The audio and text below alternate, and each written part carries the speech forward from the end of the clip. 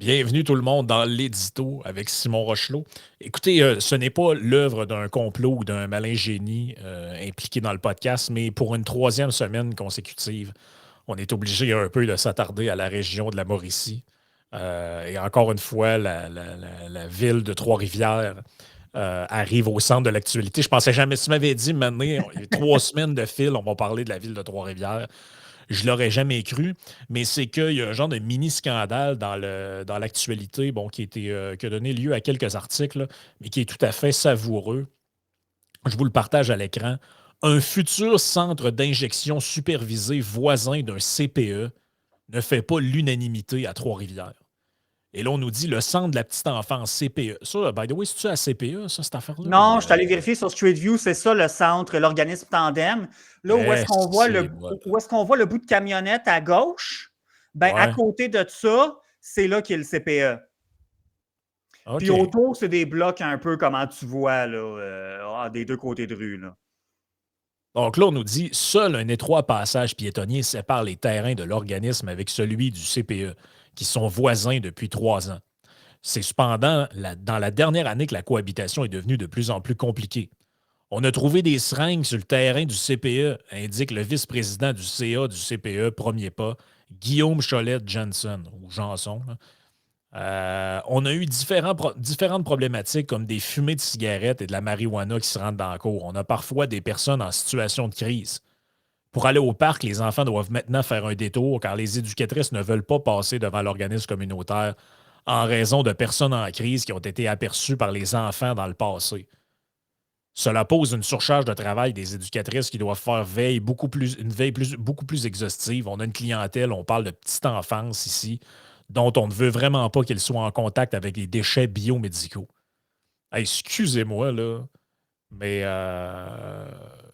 déjà à base, sans même qu'on ait la conversation sur le bien fondé ou l'existence des piqueries, là, Ah, il y a un je gros sais que débat autour de ça. il y a quand même, Pas être déjà en clair, partant, c'est ça, déjà en partant, on pourrait avoir un débat sur l'existence de ces fameux centres. À cette heure, c'est comme ça, hein, il ne faut plus dire des nains, on dit des gens de petite ouais, c'est taille, ça, c'est pas des centres d'aveugles, c'est des non. d'injection supervisés, Donc, c'est c'est pas des ça. piqueries. Ouais, C'est ouais. ça. Donc, c'est pas une piquerie, c'est un centre d'injection supervisé. Bon, tout le monde a compris que c'est la même chose, mais mieux dit. Là. Euh, on pourrait avoir un débat sur l'existence de ça. Est-ce que c'est la job d'un organisme communautaire de superviser des, ben, à quelque part, des actes criminels? Là? Je veux dire, c'est pas moi qui fais les lois. Là. Puis on pourra avoir un autre, ça aussi, ça sera un autre débat sur la légalisation ou pas de certaines substances, mais à venir jusqu'à preuve du contraire, se shooter à l'héroïne, c'est pas légal au Canada. Hmm. Donc là, tu as une place où des gens vont se procurer du matériel ou carrément faire des trucs qui sont illégaux. En tout cas, Ah oui, c'est ça la réalité. Là. exact. Que ça nous plaise ou pas, ou que vous soyez pour ou contre. Donc déjà, c'est ça que je veux dire. On pourrait avoir un premier débat sur est-ce qu'on est pour ou contre l'existence de ces piqueries-là, de ces centres-là. Mais je pense qu'un coup qu'on a déterminé, mettons là, qu'on met de côté cette discussion-là, puis qu'on s'entend pour dire ben, ça devrait exister, mais dans certains contextes. Mettons, excluons le premier débat pour les biens de la conversation. Y a-tu vraiment quelqu'un qui pense que de faire ça à côté d'une école ou d'un CPE, c'est une bonne idée? Là? C'est ça qui m'a fait rire. Là. Spontanément, moi, quand j'ai vu ça, rire, rire jaune, là, comprenons-nous Ouais, bien, ouais. c'est que, rappelez-vous, une des seules réalisations du gouvernement Trudeau, c'est d'avoir légalisé le pot. Pourquoi je vous parle de ça? C'est que quand c'est arrivé, le Québec a décidé d'implanter le réseau des SQDC, Société québécoise du cannabis, qui est finalement comme la SAQ, mais pour le pot. Ben, ça, pour l'avoir vu au municipal, les règlements, le zonage, tout ce que vous voudrez, c'est hyper compliqué. C'est dans des endroits très restreints qu'une succursale de la SQDC peut s'installer dans une ville. Il ne faut pas que ce soit trop près des écoles, il ne faut pas que ce soit trop près de tel type de quartier, pas trop près de ci, pas trop près de ça. Tu te dis, bon, c'est un peu intense parce que je ne suis pas certain que les SAQ sont sujettes aux mêmes restrictions. Là. En tout cas, je pense que c'est moins sévère, mais bref, qu'importe. Fait que tu dis, d'un côté, tu as ça pour un produit qui est légal et tout, puis c'est vendu par des fonctionnaires avec des genres de chiennes en avant, puis tout, bon, bref, dans des endroits léchés et tout, tu sais, t'as pas plein, en tout cas, moi, celle que j'ai vue, t'avais pas plein de drogués qui rôdaient autour, tu sais, fait que bon, t'as ça, mais de l'autre bord, par exemple, une piquerie à côté d'un CPE, ça, là, pas de trouble. aucun problème. Tu sais, justement, des déchets biomédicaux qui traînent à terre, etc., avec des enfants et tout, et tout. Tu sais, on se rappelle ponctuellement, ça pop aussi dans l'actualité. Là, ça sort du cadre réglementaire, mais c'est qu'il y a du monde. Mais en fait, il y a du monde qui voudrait justement qu'il y a des règlements et de la législation là-dessus, que tu ne puisses pas avoir de malbouffe proche d'une école secondaire, par exemple. Fait que ça ne serait pas correct. Si on ne veut pas que les jeunes deviennent gros, qu'ils mangent, qu'ils s'alimentent mal, etc., etc. Bon, les objectifs qui peuvent être louables, qui sont louables en soi. Les moyens, par exemple, en tant que libéral, Ouais, c'est ça. je suis moins sûr. Là. Mais encore une fois, la piquerie à côté d'un CPE, c'est comme, il faudrait vraiment expliquer en quoi ça n'a pas de bon sens. Puis effectivement, c'est même pas faire le débat. Parce que sur la pertinence des piqueries ou pas, parce que moi, là, ce que j'en comprends, sans être un expert, tu as comme deux écoles de pensée, tu sais. Tu as l'école de pensée qui dit, ben, en quelque part, si les gens sont pour se droguer, mieux vaut en quelque part limiter le mal, encadrer les risques, qu'il y ait accès à des seringues propres pour limiter les infections, capables des maladies transmissibles, etc. Puis ne veut pas surtout qu'éventuellement, s'ils sont pris en charge par le système, ben, on paye tous collectivement pour ça. C'est un peu comme le parallèle avec, par exemple, l'aide sociale. Tu dis, ben, est-ce que tu as mieux avoir des gens dans la rue ou des gens qui peut-être qu'il y en a, même sans contrainte à l'emploi, qui auraient moyen de travailler, qui seraient capables de travailler, mais ils ne travaillent pas. Bon, quand on était jeune, on avait tous soit nos parents ou les parents d'un ami, tu avais ce dilemme-là. Tu avais les parents plus contrôlants qui étaient comme là que je vous vois prendre de l'alcool avant vos 18 ans, puis y a-tu des parents où est-ce que tu vas, je vais appeler pendant la soirée pour vérifier. Puis tu avais un peu le style de parent complètement inverse, qui était comme de toute façon, que je fasse ce que je veux ou pas, mon gars, il va prendre un coup, ou ma fille, elle va prendre un coup. J'aime aussi bien que le party se fasse ici, comme ça, je suis pas trop loin, puis on va pouvoir vérifier. Au final, c'est le même genre de mentalité. Là. Ben oui, C'est le exactement. même genre de débat. Est-ce que tu veux interdire quelque chose en sachant que ça va se passer pareil? Mais après, le problème, il y a un autre problème là-dedans, c'est est-ce que tu veux vraiment déléguer la gestion de ça à des espèces d'organismes un peu mal financés ou mal administrés? Que ça donne comme dans le coin de Montréal, que finalement, il est supposé d'avoir une infirmière en tout temps. Il n'y en a pas vraiment. Il y a rien que du monde capable de donner le stock, mais pas trop de superviser en cas d'overdose et tout ça. Puis comme tu dis, ça pose la contradiction majeure. Mais si on considère, hey, ils font même mettre les paquets de cigarettes en arrière, en arrière d'un truc en carton au dépanneur, puis ils mettent des photos de gueule, puis tout décrissées, ces paquets, parce qu'ils veulent surtout pas inciter les jeunes à ça, puis ils interdisent les saveurs de vapotage en disant Ben oui. hey, ça incite les jeunes à fumer, mais il y a une piquerie à côté de la CPE ou de l'école. Ben, c'est ça. Il y a comme quelque chose là-dedans qui est complètement débile. Là. Ben, c'est ça. Fait que s'ils sont rejoints plutôt. Fait que, maintenant, pour donner l'envers de la médaille, pour les tenants, ceux qui sont plutôt contre les piqueries, là, appelons un chat, ben eux, ils vont dire justement, c'est un peu bizarre que, parce que c'est souvent les organismes subventionnés et tout, fait que tu as de l'argent de l'État ou tu as l'État en quelque part là-dedans qui vient comme en quelque sorte permettre que des gens viennent faire un geste qui est en soi illégal, qu'on trouve ça justifié ou pas que ce soit illégal, consommer des produits qui sont illégaux, qu'on trouve ça justifié ou pas que ce soit illégal. Tu te dis, bon, tu as ça, tu as en même temps qui vont dire, ben, un peu comme soulevé dans l'article, des enjeux justement, est-ce qu'il y a des enjeux en quelque part de cohabitation? Tu te dis, ben, si tu as des déchets biomédicaux qui traînent autour, il y a des enjeux en quelque part de santé publique. Là, on nous a tellement mis de la santé publique d'en face ces dernières années pour des raisons qu'on sait tous. Tu te dis, bon, tu as ça. Tu en as aussi qui vont dire, ben, puis ça, d'un camp comme dans l'autre, je ne suis pas un expert. Fait que, c'est pour ça que je ne veux pas nécessairement aller beaucoup plus loin, mais il y en a qui vont dire que c'est des genres d'affaires qui peuvent encourager la consommation dans le quartier. Est-ce que c'est fondé ou pas? J'en ai aucune idée, mais c'est un des arguments que ce genre d'affaires-là encourage de ne pas encourager la consommation de certaines clientèles. Tu dis, écoutez, comme il y en a qui vont dire qu'on est contre un casino d'un quartier pauvre parce que ça encourage les gens à gambler. C'est-tu vrai, c'est-tu pas vrai? Je ne le sais pas, mais le fait est que tu dis, on peut-tu juste revenir sur Terre 2 secondes d'écart, puis en quelque part, vous voyez bien que ça n'a pas de bon sens d'avoir la piquerie à côté du CPE, les amis. Là, ben oui, puis tu sais, moi, personnellement, sur ce que ça implique pour les gens qui sont pognés là-dedans, je veux pas dire que je m'en fous, parce que c'est pas vrai, je m'en fous pas, là, mais ça me dérange moins que les risques que tu fais causer à des enfants. C'est-à-dire, tout le monde en témoigne même dans l'article. D'un, ça attire une clientèle, on va dire, pour le moins problématique. Ça suppose maintenant que les surveillantes soient constamment en train de checker parce qu'il y a un gars qui se parle tout seul, qui s'en vient en marchant pas loin, ne peut pas trop passer par là, fais attention à quelle heure. À part de ça, il y a des déchets, appelons un chat aussi, un chat aussi, il y a des seringues à terre.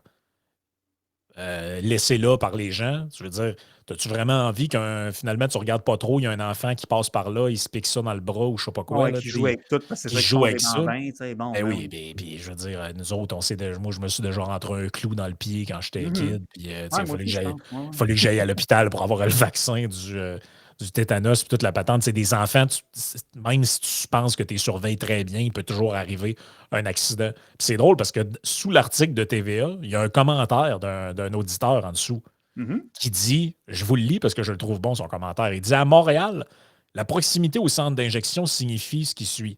Au sol, des seringues chaque semaine. Des tubes servant à contenir la drogue injectable quotidiennement. Une dizaine de zombies autour en tout temps. Des appartements à proximité pour les dealers appelés plusieurs fois par jour. C'est un autre point, hein, ça aussi, d'un détracteur de ce genre de centre-là, c'est que justement, c'est parce que le dealer, toute sa clientèle est à la même place ou à peu près, là, tu sais. Ben oui, fait que là, t'es rendu avec des petits caïds qui viennent puis qui prennent les appartements disponibles autour du centre. Le personnel ramasse les seringues dans le quartier régulièrement, mais ce n'est jamais suffisant. Et là, il amène un point que je n'avais pas pensé non plus, mais ça rentre dans ta série d'exemples. Il dit pas de salon de massage érotique autorisé près des CPE, mais oui pour les centres d'injection supervisés. Trois petits points. Hey, il y a Ben beaucoup de oui. choses qu'on interdit, là, proche des CPE, proche des écoles, Les strip euh, clubs, tu sais, ces choses-là. les strip clubs, toutes ces affaires-là, les salles, comme il dit, les salons de massage avec fin joyeuse et Probablement compagnie. même une tabagie standard, là. Peut-être que je parle un peu à travers de mon chapeau, n'hésitez pas à me corriger, mais je ne serais pas surpris qu'il y ait bien des villes qui mettent des restrictions sur la bonne vieille tabagie standard. Même pas les centres de vapotage, là, ils vendent des cigarettes puis des revues, là, ça peut probablement pas être partout, ça non plus. Là, tu sais, fait Ah, que, puis tu sais, en toi puis moi, je veux dire, OK, moralement, on trouve ça un peu weird qu'il y ait un centre de massage avec des happy endings sur le même coin de rue qu'une école ou qu'un CPE, mais tu sais, je pense pas qu'il y a un risque pour le jeune, à part peut-être que ça peut peut-être attirer une clientèle un peu bizarre. Mais encore là, c'est un jugement de valeur. mais le risque, moi aussi, c'est un Je- jugement, mais le risque m'apparaît moindre, parce que justement, ben, dans c'est les ça. centres de massage, les gens ne veulent pas trop se faire voir, tu sais, ils Ben, essaient c'est ça. justement d'être un À peu mon avis, discrets. c'est beaucoup moins dangereux un centre de massage qu'une piquerie, là. Ben oui. Je sais pas, là. Non, non, c'est ça. Fait que, tu sais, puis la réponse du C3S me met peu en confiance. Tu as ça à la fin du. Le CIUS, pardon. Le CIUS veut augmenter ses services. Ben, attends, avant ça. Une médiation est déjà en cours entre les deux parties afin d'améliorer leur cohabitation.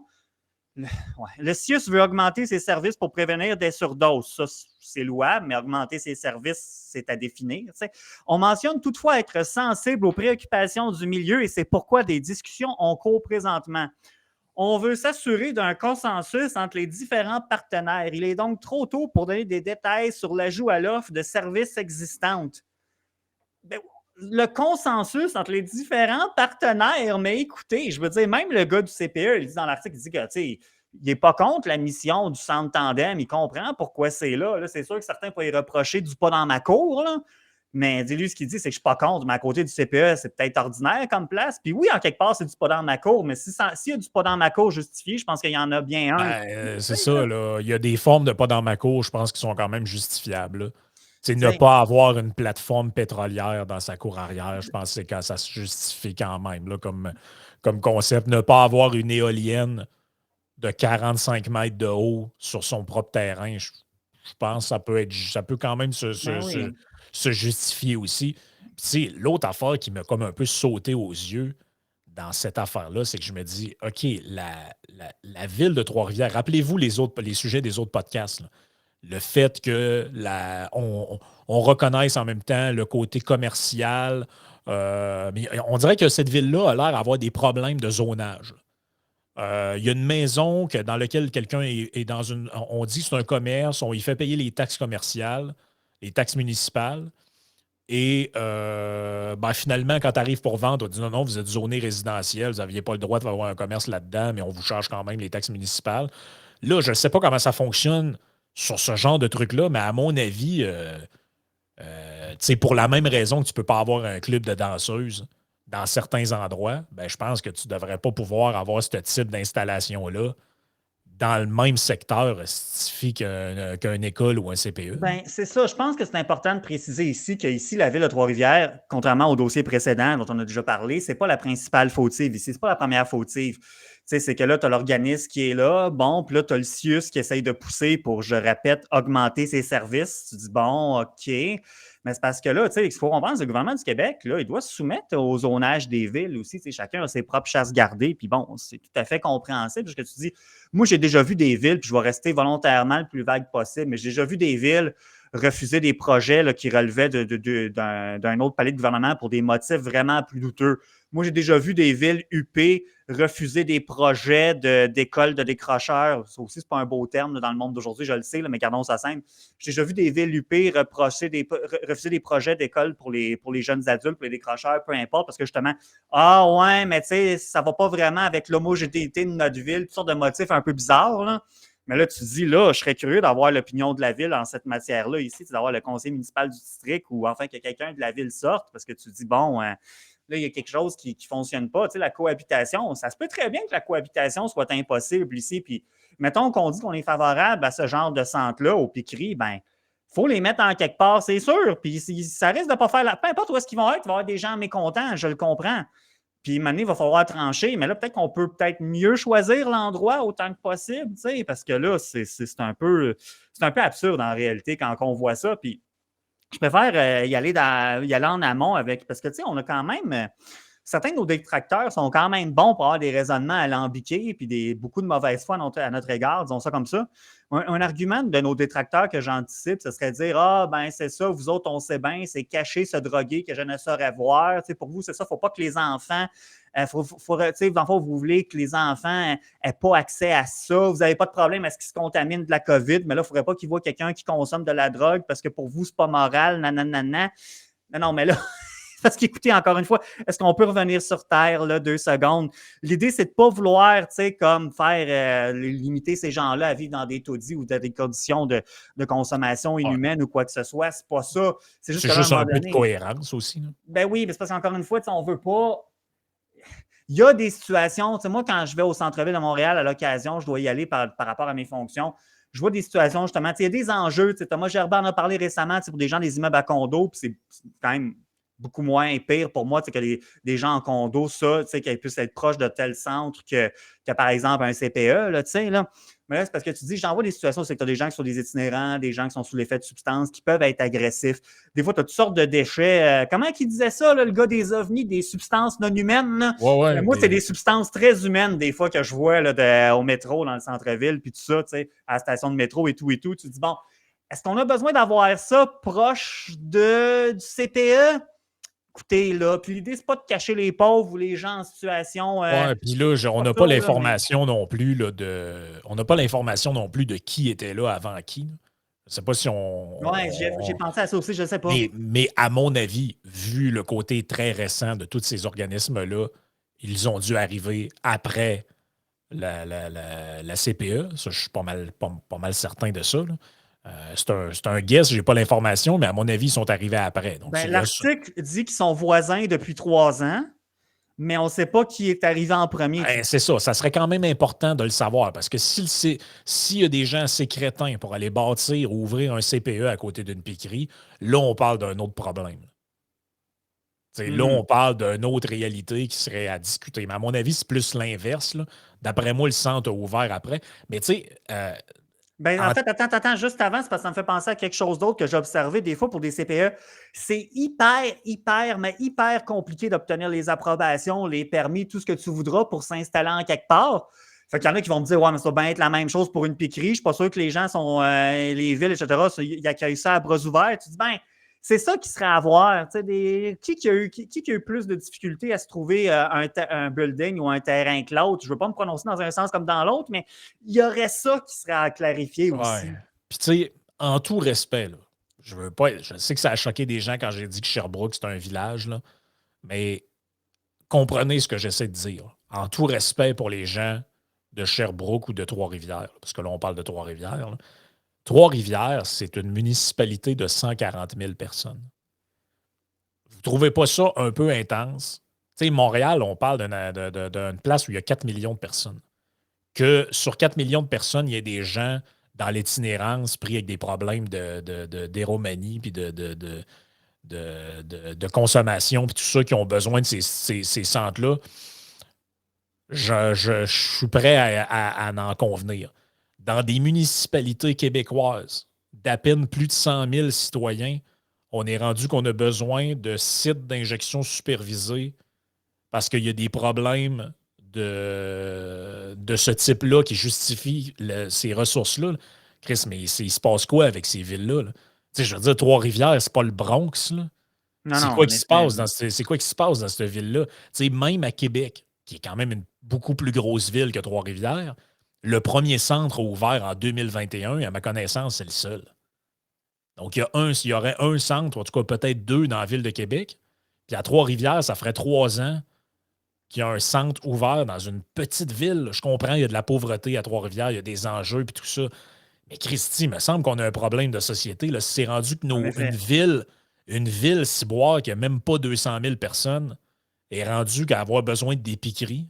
Ouais, puis ça, c'est post-fusion municipale, hein, parce qu'il y a eu les fusions il y a une vingtaine d'années déjà, même un peu plus. Tu sais, avant, justement, ils ont fusionné. Cap-de-la-Madeleine, Pointe-du-Lac, Saint-Louis-de-France. Bon, en tout cas, tu as eu différentes localités qui ont été fusionnées à Trois-Rivières. Tu te dis là, effectivement, quand ça a fait un amalgame de 120 000 personnes, que tu as des problèmes comme ça, tu te dis, bon, c'est sûr que tu te dis, entre-temps, il faut traiter le mal autant que faire se peut. Ça, je peux le comprendre. Moi, il va falloir avoir une réflexion de fond en amont. Puis c'est comme les autres affaires. C'est un peu comme hier, quand Yann parlait avec Jeff Fillion, là, justement, là, qu'on pointe jamais. On a tendance à ne pas pointer le bon problème. Quand il parlait notamment là, de logement à prix modique, etc., des choses comme ça, de difficultés d'accès à la propriété ou au logement de manière générale. Parce que les solutions qui sont proposées ou les propos qui sont tenus par nos élus municipaux, là, quand on voit, pas besoin de les nommer, vous savez, c'est lesquels là, qui s'excitent pour toutes sortes d'affaires sur Twitter. Tu n'as pas vraiment une piste de solution. Je ne prétends pas avoir réponse à tout puis solution à tout, mais là, c'est parce que ce que je sais, par exemple, c'est que je ne suis pas certain qu'on nous amène dans la bonne direction là, avec ce qu'on sort ces temps-ci. Là. En fait, il faut faire attention, il faudrait voir les chiffres Ouais. dans leur fin détail, mais pas l'impression que depuis que ces gens-là sont au pouvoir, la situation s'est améliorée beaucoup. Là. Ah non, j'ai pas l'impression.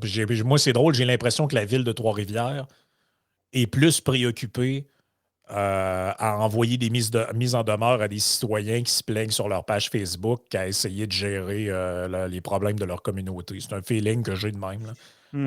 Je dis ça, je dis rien. Là.